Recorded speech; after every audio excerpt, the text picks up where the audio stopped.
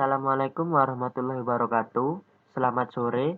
Di sini saya Yudhistira Krisna Putra, nomor mahasiswa P171-2018-3040 dari Prodi D3 Analisis Farmasi dan Makanan Poltekkes Kemenkes Malang, kelas 2A, akan menjelaskan tentang bahan kimia obat tadalafil yang terdapat dalam jamu. Tadalafil sendiri merupakan salah satu senyawa kimia yang memiliki efek yang dapat membantu mengatasi gangguan ereksi pada pria dan merupakan salah satu bahan kimia obat atau yang sering disebut BKO yang sering ditambahkan pada jamu penambah stamina. Penambahan tadalafil ini dalam produk jamu dapat menimbulkan efek samping yang merugikan, terutama apabila digunakan pada takaran yang tidak tepat, seperti terlalu banyak atau terlalu sering menggunakan jamu yang mengandung tadalafil ini. Kenapa bahan tadalafil ditambahkan dalam jamu? Seperti yang sudah saya jelaskan pada slide sebelumnya, tadalafil itu merupakan bahan kimia obat yang berfungsi untuk mengatasi gangguan ereksi pada pria. Akan tetapi, penggunaan tadalafil juga mempunyai efek samping seperti sakit kepala pusing, dispepsia, gangguan umum seperti penglihatan kabur atau fotofobia mato, iritasi pada mata, dan mata merah. Efek samping ini dapat meningkat apabila penggunaannya salah atau tidak sesuai takaran yang tepat. Selanjutnya, efek BKO tadalafil. Selain seperti yang sudah dijelaskan pada slide sebelumnya, efek-efek lain pada penggunaan tadalafil sendiri itu yaitu menyebabkan nyeri abdomen atau nyeri pada perut, dispepsia, nyeri punggung, muka memerah, hidung tersumbat, fotosensitivitas, kehilangan potensi SEA permanen. Tadalafil bersifat melebarkan pembuluh darah yang menyebabkan penurunan tekanan darah, pasokan oksigen dan darah dalam otot jantung menurun, nyeri dada yang tidak stabil, irama jantung tidak normal, atau bisa juga menyebabkan stroke. Oleh karena itu, disarankan untuk tidak mengkonsumsi obat yang mengandung tadalafil secara berlebihan. Untuk cara analisis BKO tadalafil sendiri, biasanya menggunakan metode kromatografi cair kinerja tinggi atau yang biasa disebut dengan HPLC. Metode ini menjadi populer digunakan dalam berbagai analisis dikarenakan memiliki pemisahan yang lebih baik dibandingkan KLT atau kromatografi lapis tipis.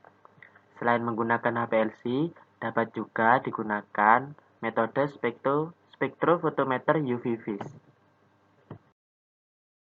Untuk alat dan bahan yang digunakan, yang pertama alatnya itu terdiri dari beker gelas 50 ml, 100 ml, 250 ml, 500 ml. Untuk gelas ukur 25 ml, untuk labu ukur 100 ml, 25 ml, 10 ml, dan 5 ml. Untuk pipet yang digunakan yaitu pipet volume dengan ukuran 0,5 ml, 1 ml, pipet ukur dengan ukuran 5 ml, dan pipet tetes. Alat-alat yang digunakan lainnya seperti neraca analitik, batang pengaduk, corong kaca, dan instrumen HPLC. Bahan-bahan yang digunakan yaitu standar tadalafil, NaOH, kalium dihidrogen fosfat, dan aqua bidestilata. Untuk pembuatan fase gerak, hal pertama yang dilakukan adalah dicampur 600 ml asetonitril dan 400 ml baper fosfat pH7. Disonifikasi selama 15 menit dan disaring dengan membran kertas filter. Setelah itu untuk preparasi sampel ditimbang dengan seksama 100 mg sampel jamu yang mengandung tadalafil. Dimasukkan ke dalam gelas beker, dilarutkan dengan 5 ml fase gerak tadi yang sudah dibuat. Kemudian larutan sampel dimasukkan ke dalam labu ukur 10 ml dan ditambahkan dengan fase gerak sampai garis tanda atau sampai tanda batas. Dari larutan tersebut dipipet sebanyak 1 ml, dimasukkan ke dalam labu ukur 5 ml, diencerkan dengan fase gerak sampai tanda batas, dan disaring dengan kertas saring Botman. Untuk pengkondisian KCKD atau HPLC, dalam metode ini digunakan KCKT dengan sistem penanganan sampler otomatis. Fase gerak yang digunakan terdiri dari asetonitril dan baser fosfat dengan pH 7 dengan perbandingan 3:2 pada suhu kamar. Dan untuk validasi metode analisisnya dapat dibaca sendiri pada video. Untuk proses analisisnya dilakukan dengan dua uji, yaitu uji kualitatif dan uji kuantitatif. Untuk uji kualitatif, larutan sampel diinjeksikan sebanyak 20 mikroliter ke alat KCKT pada panjang gelombang 262 nm dengan laju alir 0,8 ml per menit.